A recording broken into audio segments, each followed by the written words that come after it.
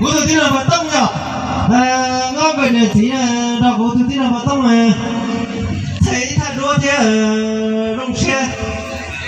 Cú đầu tiên là vận tốc mà cả bỏ sang nghe cả phải mặt chỉ cả nó chỉ trong chơi đi là lắm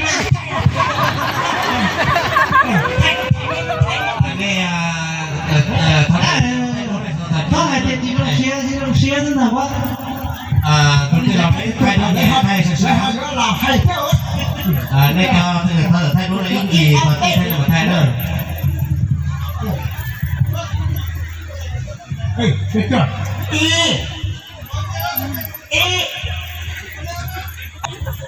Mình để ở trong ta cái này trong đó nhờ các ông chị an ninh hỗ trợ cho khán giả ta đã lên sân khấu, đứng lên sân khấu rồi. phải làm cho nó thẳng mà đi mà thế đó cái tiền cái mặt khác là khi đi đó bị nó hoa ra ta tưởng nó chặt cái người ta nó đang một người nếu ta thấy người ta chết thì làm cái này là cái này mà hai cái này tùy tình với chỉ là hai đầu đó trong đó đó trong đó để ít tiền cái mặt khi đi đó này có trong đó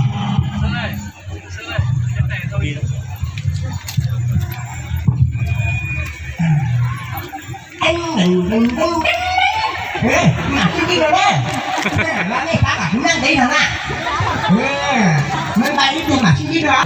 Một năm diễn viên nổi tiếng đến từ Thái Lan. Kính thưa quý vị, như vậy là buổi sáng hôm nay chương trình Hồi Xuân Giao lưu văn nghệ chúng ta xin tạm dừng khép lại ở đây.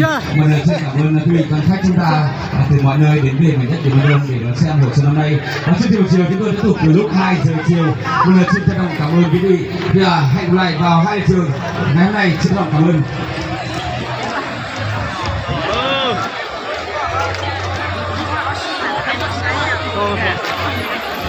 Thằng đây rồi.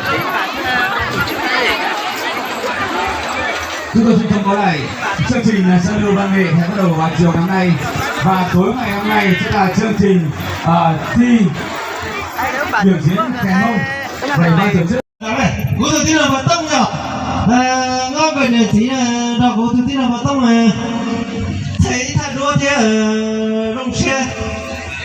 Cú đầu tiên là vận tốc mà cả bỏ sang nghe cả phải mặt chỉ cả nó chỉ trong chơi đi là lắm mà nghe nó hay tiền gì rong xe rất là quá. Tôi thì làm cái thay đổi hay sẽ là hay theo đây cho thay đổi những gì mà thay đổi mà thay đổi. Được chưa?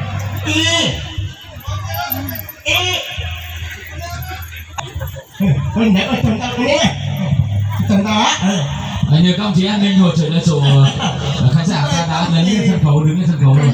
phải làm cho nó thẳng mà đi mà thế đó cái tiền cái mặt khác là khi đi đó bị nó hoa ra ta tưởng nó chặt cái người ta nó đang một người nếu ta thấy người ta chết thì làm cái này là cái này mà hai cái này tùy tình với chỉ là hai đầu đó trong đó đó trong đó để ít tiền cái mặt khi đi đó này có trong đó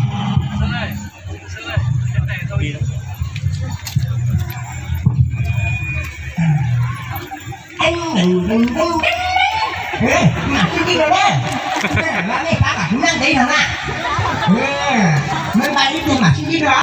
Một năm diễn viên nổi tiếng đến từ Thái Lan. Kính thưa quý vị, như vậy là buổi sáng hôm nay chương trình Hồi Xuân Giao lưu văn nghệ chúng ta xin tạm dừng khép lại ở đây. Một lần xin cảm ơn quý vị quan khách chúng ta từ mọi nơi đến về mảnh đất Điện Biên Đông để đón xem Hồi Xuân năm nay. Trước chiều chúng tôi tiếp tục từ lúc 2 giờ chiều. Một lần xin trân trọng cảm ơn quý vị. Bây giờ hẹn gặp lại vào 2 giờ ngày hôm nay. Xin trân trọng cảm ơn.